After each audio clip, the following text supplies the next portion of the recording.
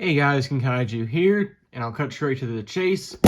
We have a package to open today, my friends. This has been something that I've been looking forward to for God knows how long at this point, but due to a few pushbacks, it's been delayed a few times, but we've got it now, and I'm so excited. Let me take my blade to it, and we'll open her up. It's good. And what I ordered was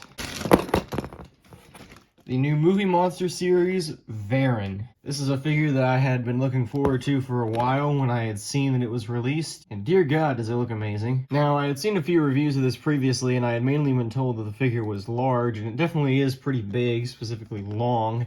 However, it's still nonetheless a very, very good looking figure, and I'll definitely put up a full, nice review of it here soon. Just first thoughts, it looks very nice. The detail on it is pretty superb, as it seems right now. Very, very nice look to the entire thing, and I'm very glad to own it. Just overall, fantastic looking figure. Obviously, I'm going to remove the tag because I don't ever really like keeping the tags on these sorts of things. There's the front of the tag, by the way.